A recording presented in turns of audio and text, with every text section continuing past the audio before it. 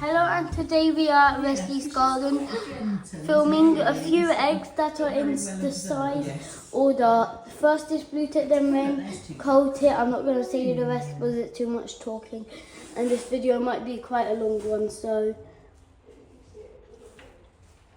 then where are the other eggs? And these are the other eggs. Is that a crack on that one? I think that is. Hatching soon. And as you can see, the really big one is a mute swan.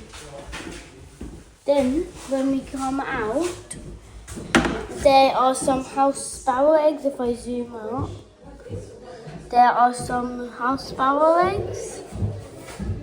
And now, when I close this door, now we see this one, some swift eggs.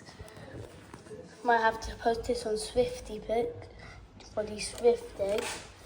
And after this we have got some robins.